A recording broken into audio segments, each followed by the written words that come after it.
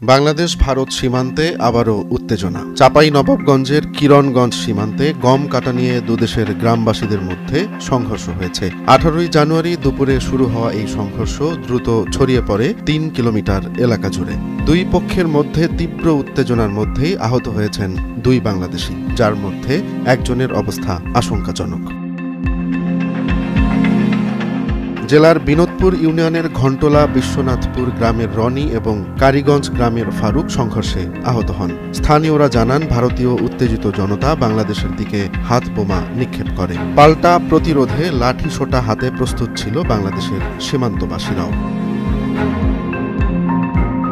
সীমান্তে কাঁটাতারের বেড়া নিয়ে এই উত্তেজনা নতুন নয়। স্থানীয়রা অভিযোগ করেছেন, চৌকা সীমান্ত এলাকায় ভারতীয় জনতা অন্তত 30টি আম গাছ এবং শতাধিক বড়ই গাছ কেটে ফেলেছে। এ কাজের প্রতিবাদ জানাতে গিয়েই উত্তেজনা চরমে পৌঁছায়।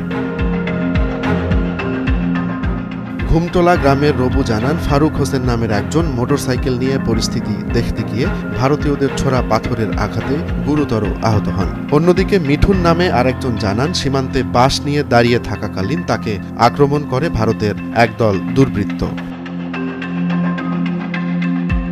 এ ঘটনার পর থেকেই দুই দেশের সীমান্তরক্ষী বাহিনী পরিস্থিতি নিয়ন্ত্রণে জোরালো চেষ্টা করছে।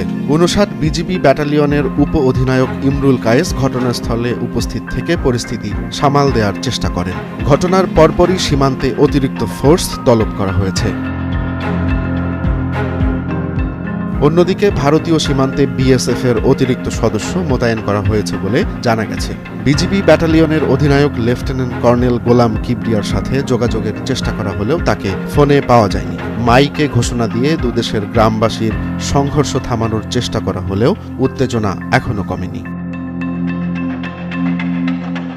সীমান্তের পরিস্থিতি নিয়ে স্থানীয়দের মধ্যে বিরাজ করছে চরম উৎকণ্ঠা। সীমান্ত রেখা বরাবর গম কাটাকে কেন্দ্র করে এমন সংঘর্ষ ভবিষ্যতে আরও বড় সংকট তৈরি করতে পারে বলে মনে করছেন অনেকে। এই পরিস্থিতি নিয়ে দুদেশের সরকারের দ্রুত হস্তক্ষেপ প্রয়োজন বলে মত দিয়েছেন বিশ্লেষকরা।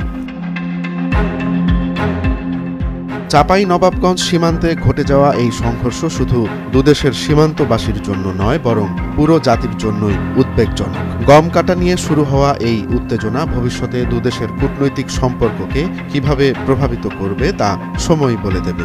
আপাতত পুরো জাতি অপেক্ষায় রয়েছে শান্তিপূর্ণ সমাধানের।